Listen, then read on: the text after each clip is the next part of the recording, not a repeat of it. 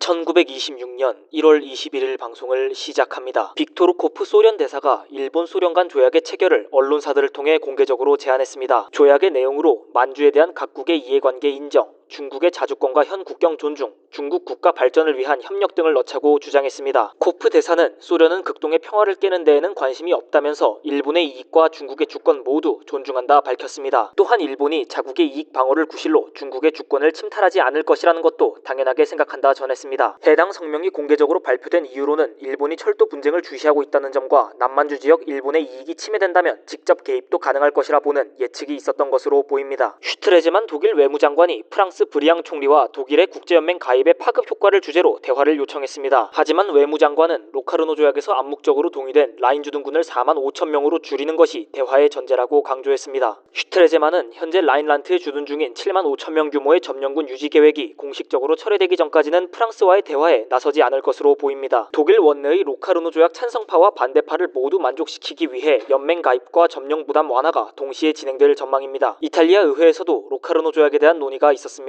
아벤티노파 야당 의원들은 파시스트 의원들의 적대적 행동 속에서 토론 참여를 자제했습니다. 의원들은 이탈리아의 남티롤 편입에 반대하는 독일의 세력들을 강하게 비판했습니다. 로카르노 조약의 중요성을 인정하면서도 독일의 반이탈리아 선전이 멈추지 않는다면 유럽의 평화는 요원하다고 주장하는 의원도 있었습니다. 남티롤 점령을 위해 치룬 희생을 언급하며 이탈리아의 권리가 무시받는 것을 용납하지 않을 것이라는 발언도 나왔습니다. 베르사유 조약이 이탈리아에 가한 불이익에 대해서도 이야기가 나왔습니다. 특히 식민지 위임 통치가 주요 쟁점으로 등장했습니다. 마지막 연설자는 로카르노 조약이 베르사유의 완성이 아니라 오히려 베르사유에서 벗어난 또 다른 길로 나아가는 유럽의 이정표라 주장했습니다. 이탈리아 정부가 국내 기업이 해외에서 조달하는 채무에 규제를 걸었습니다. 목적은 이탈리아 경제와 정치에 대한 외부 개입을 차단하는 것입니다. 모든 해외 차관 조달 계획은 재무장관, 재무부 총국장, 세무국 총국장으로 구성된 위원회의 심사와 허가를 받아야 합니다. 이탈리아 관영신문 포폴로 디 로마는 국가 전쟁과 같은 비상시국이나 생산 효율 극대화를 위해 외국 자본이 필요한 시점이 아니라면 해외 차관이 정당화되지 않는다는 글을 기고했습니다. 벨기에 하원에서 로카르노 조약이 찬성 124표, 반대 4표로 비준되었습니다. 사망 소식입니다. 이탈리아 파비아에서 1906년 노벨 생리학상을 수상한 카밀로 골지가 사망했습니다. 개별 신경과 세포 구조를 염색하는 흑색 반응을 개발한 골지는 신경계 구조에 대한 연구로 1906년에 산티아고 카할과 공동으로 노벨 생리학상을 수상했습니다. 1898년에는 자신이 개발한 흑색 반응으로 세포의 새로운 기관을 발견하여 그의 이름을 따 골지체로 명명했습니다. 미국에서 1924년 미국 대선 금주당 부통령 후보로 출마하였으며 여성 참정권 운동가였던 마리 브레흠이 사망했습니다. 사인은 1월 1일에 발생한 로즈 퍼레이드 관람석 붕괴 사건에서 입은 부상입니다. 브레흠은 1913년에 윌슨 대통령이 세계금주회의에 미국 대표로 임명했을 정도로 금주운동에 있어 중요한 인물이었습니다. 이상으로 1926년 1월 21일 방송을 마칩니다.